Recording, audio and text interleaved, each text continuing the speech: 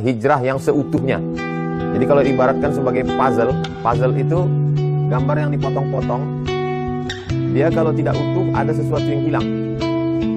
Ada orang menganggap kalau dia sudah pakai celana kain, sudah pakai jubah, sudah pakai baju koko, sudah pakai hijab, berarti sudah hijrah.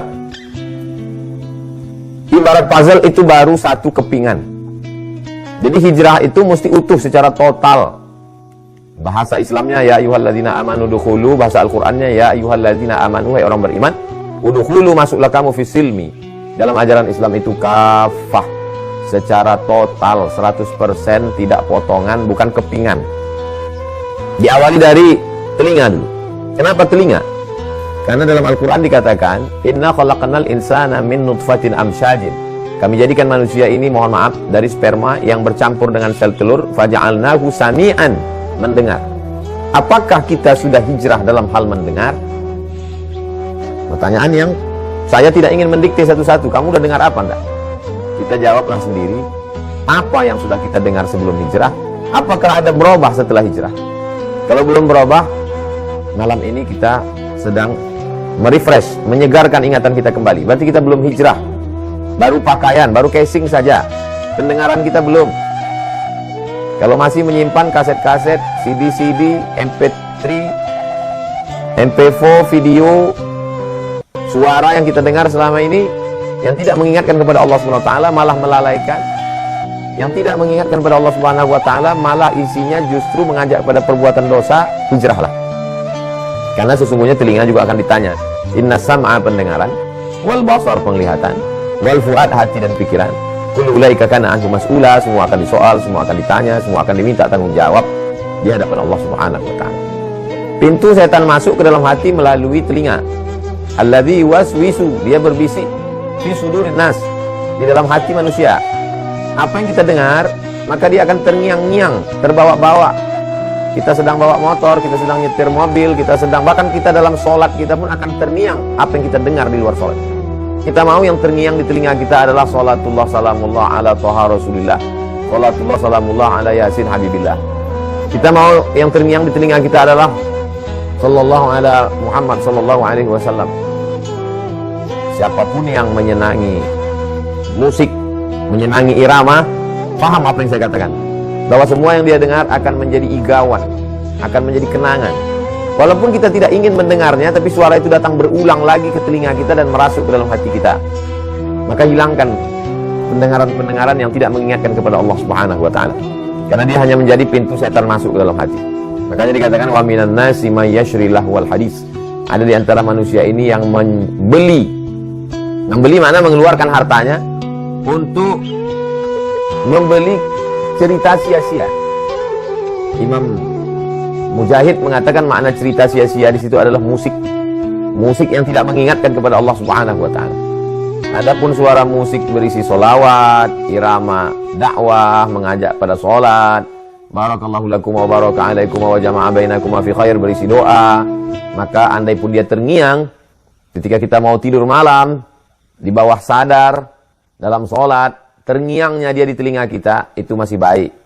Wa idza quri'al Qur'an, kalau kamu dengar ada orang baca Quran, fastami'u lahu, dengar baik-baik, wa ansitu, diam, la'allakum turhamun. Tinggalkan semua yang masuk ke telinga yang melalaikan dari Allah, ganti dengan, tinggalkan kota Makkah, ganti dengan Madinah. Tinggalkan semua yang melalaikan, ganti dengan yang mengingatkan. MP3 Al-Quran, MP3 nasyid, MP3 solawat, MP3 zikir, baik yang pakai irama maupun tidak. Ini yang pertama, poin tentang pendengaran. Yang kedua, wal basar, penglihatan. Innahu labil mirsad. Allah Subhanahu wa taala mengawasi. La ta'khudhuhu sinatun wala naum. Dia tidak mengantuk dan tidak tidur. Pakaiannya sudah hijrah, pecinya sudah hijrah, sorbannya sudah hijrah, jubahnya sudah. Apakah mata sudah? Yang jawab kita sendiri. Faman ya'mal mithqala dzarratin khairan yarah. Siapa yang melihat sebesar biji sawi, maka nanti dia akan menyaksikannya ketika berhadapan dengan Allah Subhanahu wa taala. Adapun yang lalu-lalu, illa man taba, orang yang bertaubat, wa amana, beriman dengan baik, wa amila amalan salihah, lalu dia beramal soleh, ulaika yubaddilullahu sayyiatihim hasanat. Semua yang jelek-jelek dulu diganti Allah dengan yang baik-baik. Yang lalu oke. Kita sudah lupakan, tinggalkan masa lalu. Tapi untuk sekarang dan yang akan datang, pendengaran ini sam'a, basar. Dua potensi yang diberikan Allah Subhanahu wa taala untuk memengaruhi hati dan pikiran. Apa yang didengar, apa yang dilihat, ini sepaket. Inna sam'a, pendengaran, wal basar, penglihatan, wal fuad, hati. Dari hati naik ke otak, pikiran. Kullu ulaika kana anhu mas'ula, semua akan disoal, akan ditanya Allah Subhanahu wa taala. Dari mendengar ke melihat, merenung, berpikir, turun ke lisan, bicara. Bagaimana dengan lisan kita? Sudah hijrah katanya, pakaiannya sudah berubah, tapi ternyata lisannya masih kebun binatang yang keluar dari mulut. Al-yawma nakhtimu ala afwahihim, hari itu mulut mereka kami kunci. Wa tukallimuna aydihim, tangan kami buat bicara. Wa tashhadu arjuluhum, kaki kami buat bersaksi. Kenapa yang bicara tangan? Surat Yasin yang selalu kita baca. Al-yawma nakhtimu ala afwahihim wa tukallimuna aydihim wa tashhadu arjuluhum bima kanu yaksibun. Kenapa mulut dikunci? Karena lisan berbicara sesuka hatinya. Gara-gara lisan, orang jadi masuk Islam. Asyhadu an la ilaha illallah wa asyhadu anna Muhammadar Rasulullah. Gara-gara lisan, orang amalan timbangan amalnya berat. Subhanallah wa bihamdi, subhanallahil azim, subhanallah wa bihamdi, subhanallahil azim. Gara-gara lisan, orang bisa dekat dengan Nabi Muhammad. Allahumma sholli ala sayyidina Muhammad wa ala ali sayyidina Muhammad. Gara-gara lisan, orang bisa mati husnul khatimah. La ilaha illallah Muhammad Rasulullah. Gara-gara lisan, orang dapat syafaat Al-Quran. A'udzubillahi minasyaitonirrajim. Bismillahirrahmanirrahim. Alif lam mim. Dzalikal kitabu la raiba fihi hudal lil muttaqin. Gara-gara lisan, orang dianggap hidup. Subhanallah walhamdulillah wa la ilaha illallah wallahu akbar. Tapi gara-gara lisan, semua amal tadi pindah ke orang lain. Gara-gara apa? Ghibah. Gara-gara lisan, semua sedekah batal. Gara-gara apa? La tubtilu shadaqatikum bil manni wal adza. Jangan batalkan sedekahmu dengan mengungkit-ungkit, mengungkap-ungkap, menyakiti hati orang lain. Gara-gara lisan, orang bisa mati murtad. Mengejek ajaran Islam, mengolok-olok Allah, mengejek-ejek Nabi. Gara-gara lisan, orang bisa memakan bangkai saudaranya. Ayuhibbu ahadukum ayyakula lahma akhihi maitan fakarihtumu. Gara-gara lisan, harimau kamu, lisan kamu, lidah kamu, harimau kamu. Makanya kata Nabi, siapa yang bisa menjaga dua ini, selamatlah dia. Antara dua bibirnya, lisannya, antara dua kakinya, kemaluannya. Lisan, kita pikirkan apa yang keluar ini, karena kalau sudah keluar, kita tak bisa lagi menebusnya. Na'udzubillah. Sudahkah hijrah lisan kita? Kalau sudah, alhamdulillah. Siapa itu muslim? Man salimal muslimun. Selamat orang lain. Min lisanihi wa yadih. Selamat orang lain dari lisannya, dari lidahnya. Ngaku hijrah, tapi ngomong masih kasar. Ngaku hijrah, tapi masih nyelekit. Kalau orang tidak punya anak, jangan cerita anak. Kalau orang tidak punya istri, jangan cerita istri. Pandai-pandai merasakan perasaan orang lain. Andai keceplosan, alihkan ke cerita yang lain. Apa mau ngasih motivasi atau mau ngolok-olok? Ini cerita ini cuma mau ngasih motivasi aja Ustadz. Di mulut motivasi. Tapi dalam hati, lubuk hati paling dalam, dia sendiri sadar bahwa dia sedang mengejek, mengolok-olok orang. Saya, sampai hari ini, kalau ada teman yang belum berjodoh, saya tidak olok di depan, saya tidak tanya di depan orang banyak. Berdua saya tanya, ada orangnya? Ada. Di mana rumahnya? Di sini. Anak siapa? Nanti kita datang. Nanti kita pinang. Itu memberikan solusi. Bukan menertawakan. Ini perkara masalah lisan. Ini baru yang di seputar kepala saja. Telinga, mata, mulut, bibir, lidah. Kepala. Turun ke tangan. Siapa itu muslim? Man salimal muslimun min lisani wa yadi. Selamat orang dari lisan, lidah, dan tangannya. Sudahkah orang lain selamat dari tangan kita? Tanda tangan kita. Ada orang memukul tidak, nempeleng tidak. Tapi tanda tangan yang meluluh lantakkan halaman orang, kebun orang, sawah orang. Harta pencarian orang, makan orang, mobil orang, sepeda motor orang. Hancur gara-gara perbuatan tanda tangan. Berarti bukan muslim. Muslim, orang yang mampu menjaga lisan, mampu menjaga tangan. Langkah kaki kita. Sebelum hijrah langkahnya kemana? Ke diskotik, night club, bioskop. Kemana langkah kaki? Ke mall. Kemana langkah kaki? Ke tempat minum khamar, ke tempat judi. Sekarang ditebus langkah kaki itu dengan memperbanyak ke majelis ilmu. Orang berhijrah bukan berarti dia tidak melangkahkan kakinya lagi. Orang yang tidak melangkahkan kakinya bukan hijrah. Mati. Sakit. Sebagaimana sebelum hijrah melangkah, setelah hijrah lebih sehat melangkah. Karena dia tahu bahwa setiap langkah kakinya adalah penghapus dosa. Setiap langkah kakinya adalah peraih pahala. Setiap langkah kakinya adalah menaikkan derajatnya di hadapan Allah Subhanahu wa taala. Setelah hijrah, kaki lebih banyak melangkah ke majelis ta'lim, ke maulid, ke masjid, ke surau, ke langgar, ke musola, ke rumah tuan guru, ke kiai. Kaki tetap dilangkahkan. Selama jantung masih berdetak, selama napas masih berembus, selama darah masih menetes, maka kaki harus tetap dilangkahkan. Kemana dilangkahkan? Kepada yang baik-baik. Itulah beda kita antara orang hijrah dengan yang tidak hijrah. Lalu kemudian hati dan pikiran. Ada yang mengatakan berpikir itu di sini. Ada yang mengatakan berpikir itu di sini. Dua pendapat. Yang satu mengatakan berpikir itu di sini. Yang satu mengatakan berpikir itu di sini. Saya memilih pendapat yang mengkombinasikan antara keduanya. Berawal dari sini, naik ke sini. Sesuai dengan kerja aliran darah. Aliran darah disemburkan dari jantung, naik ke otak. Dari otak ke mata, dari otak ke telinga, dari otak ke mulut. Makanya kalau otak tidak dapat asupan darah yang bersih, otak jadi kotor. Nasiyatin, ubun-ubun, otak. Kadzibatin, pembohong penipu. Khotiatin, buat dosa. Asupan oksigen dari jantung, disemburkan jantung, dibawa oleh darah naik ke otak. Dari otak ke mata. Otak berpikir, kata otak, pikir, lihat ini. Kata otak, omongin ini. Kata otak, bicara begini. Kata otak, langkahkan kaki ke sini. Kita tidak bisa membuat otak kita berhenti berpikir. Kalau ada orang mengatakan kita mesti istirahat berpikir, tidur. Istirahat berpikir, mati. Tidak ada istirahat berpikir. Yang ada adalah membawa pikiran itu kepada yang positif. Makanya ketika berpikir tentang macam-macam, astaghfirullahaladzim, astaghfirullahaladzim, astaghfirullahaladzim. Allahumma salli ala sayyidina Muhammad wa ala ali sayyidina Muhammad. La ilaha illallah. Subhanallah bihamdihi, subhanallahil azim. Itulah mengapa walladzina idza fa'alu fahishatan, orang-orang yang tersilap, tersalah, lalu dia melakukan perbuatan dosa, zakarullah, segera berzikir mengingat Allah. Astaghfirullahaladzim, astaghfirullahaladzim. Tidak ada istilah berhenti berpikir. Berhenti berpikir itu nanti mati. Ketika darah dari jantung tidak mengalir ke otak, otak berhenti. Membusuk. Selama masih mengalir, dia tetap bekerja. Kita hanya bisa mengarahkan dia kepada yang positif, kepada yang lebih baik. Dengan apa? Dengan zikir. Dengan berselawat. Pejamkan mata. La ilaha illallah, la ilaha illallah, la ilaha illallah, la ilaha illallah. Karena kalau mau dipikirkan dunia sebesar ini mau dimasukkan ke kepala, pecah pembuluh darah. Tak mati, setengah mati. Stroke, depresi, kehilangan percaya diri, tak bisa menghadapi orang banyak. Tak punya kekuatan. Kekuatan bukan punya kita, kekuatan milik Allah.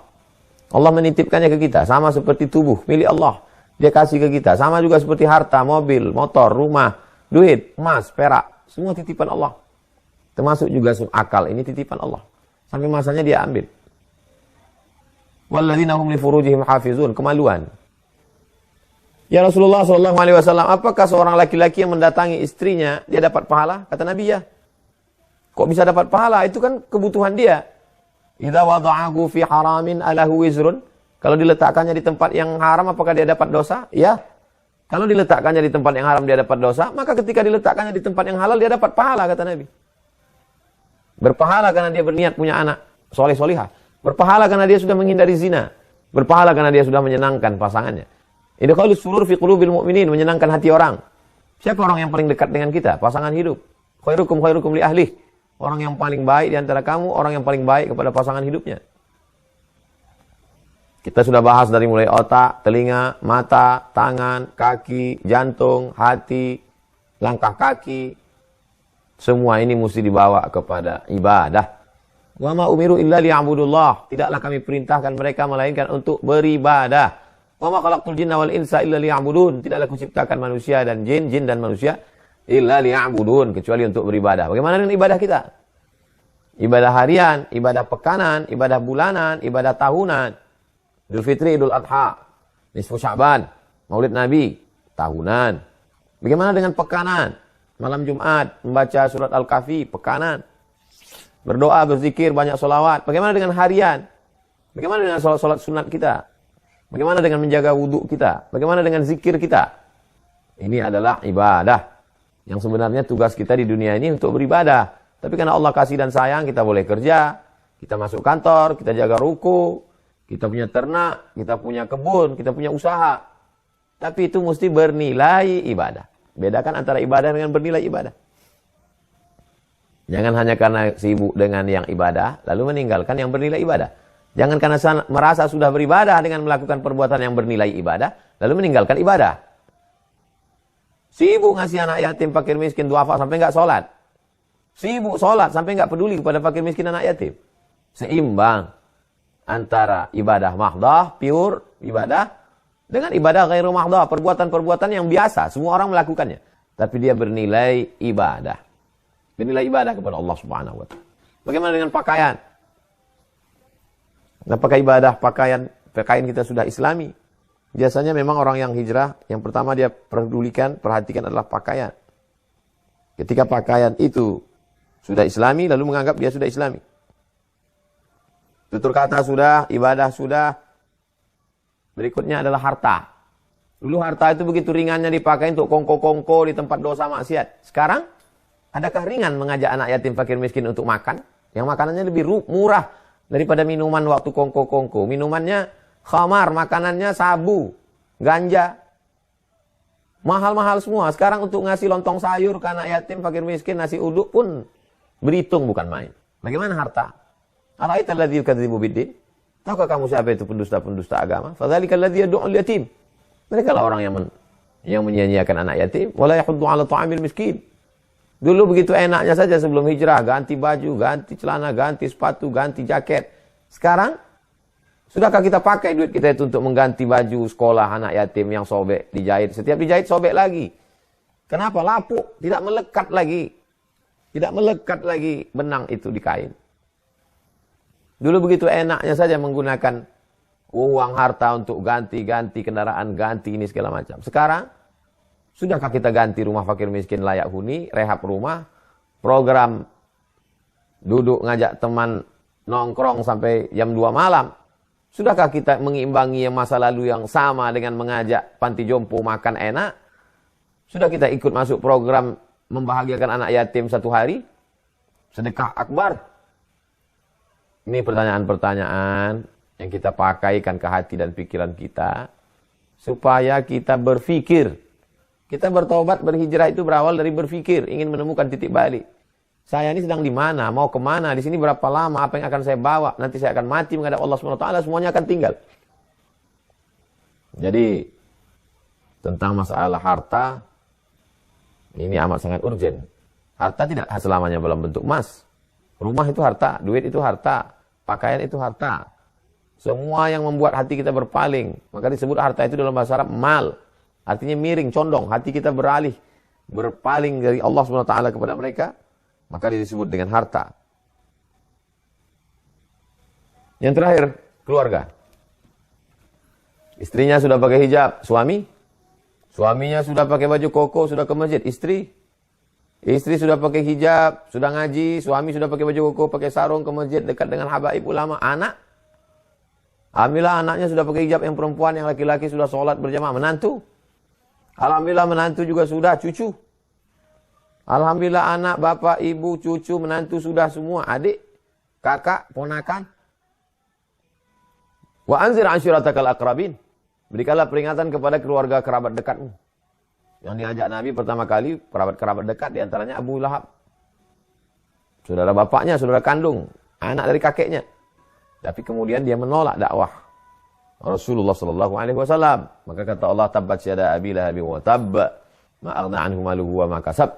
Sayasla naran dzata lahab wa imra'atuhu hammalatal hatab fi jidha hablum min masad. Kita sudah bahas intern dan ekstern. Intern, telinga, mata, tangan, kaki, otak, jantung. Intern. Ekstern, kawan, teman, sahabat, lingkungan, guru, istri, anak, suami. Ekstern. Jadi kalau kita jaga ini, insya Allah puzzle hijrah tersusun dengan rapi, barulah disebut dengan hijrah yang utuh. gambarnya bagus, cuman hidungnya hilang. Gambarnya bagus, cuman sayang matanya hilang. Gambarnya bagus, cuman sayang kakinya hilang. Tidak utuh. Kita mau hijrah yang utuh karena Allah Subhanahu wa taala. Karena surga yang kita inginkan surga yang utuh, bukan surga yang sekeping.